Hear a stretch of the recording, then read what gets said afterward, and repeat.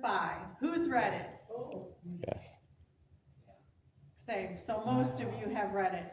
Eric, you don't want to miss a week. I'm telling you, it's a very interesting story. Thank you. This book, my oldest son wasn't an avid reader. He didn't care to read that much.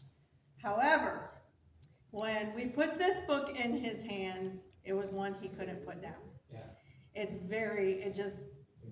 so interesting.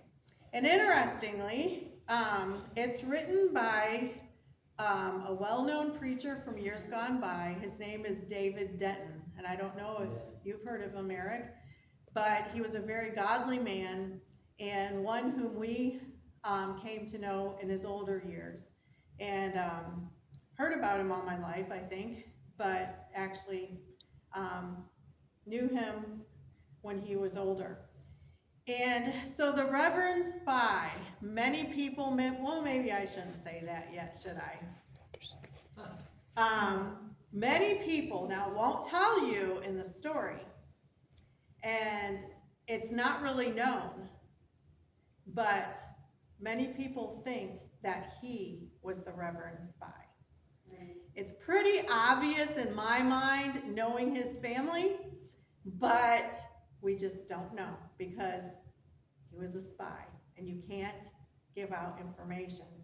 And so anyways, but we'll start this very action-packed story tonight, and let me tell you, it is very short tonight, so sadly, because you just want to keep going with it. But anyways, at last, I can tell it. I have wanted to do so for a long time, but not allowed to. Then the other night it happened. The phone rang after midnight. And when I answered, the conversation went something like this. "Are you 21 plus? A strange voice asked. I knew 21 plus, I answered. I am authorized to inform you that Mr. B is dead. How did he die? I asked.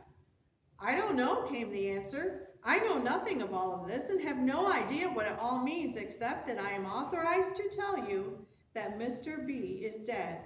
All of your contacts are gone and you are now a free man. I pressed him further. What is my name and where do I live? To these he replied, I don't know. How did you get my number? He replied, I don't have your number.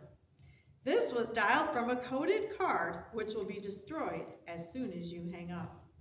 Who told you to call me? The mysterious voice became reassuring and said, Mr. B evidently knew you would be extremely cautious, so he left this message. Here's the message.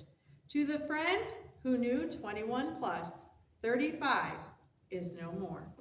You and I are the only ones left who knew it, and when you get this message, you will no longer need to keep our secret.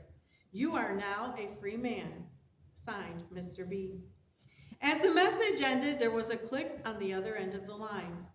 I stood with the phone still at my ear for some time, unable to grasp it all, and overwhelmed with the fact that it was finally over.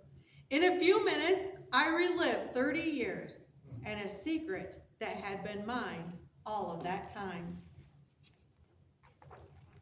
I saw again the sincere face of a young minister who was willing to pay the supreme price in order to help his country. I shall never forget that brutally honest young man as he faced up to his responsibility. Neither will I ever forget that night of prayer when at last he arose with the firm assurance of a man who knew what he was going to do and quietly said, I'm an American. If I don't do my part, I can never lead them when the war is over. If I will not defend my country, I have no right to enjoy its blessing. I love my wife and children and don't want to disrupt my home life, but if we lose the war, it will be all gone. I must go and leave the consequences to God. Thus began a secret known only to 4 people, and I alone am left. I look back over the years beginning with 1941 And thank God that I have known some men who are willing to die for America. Highest among them, I remember this young minister whom I have secretly called the Reverend Spy. And that's an introduction to our story.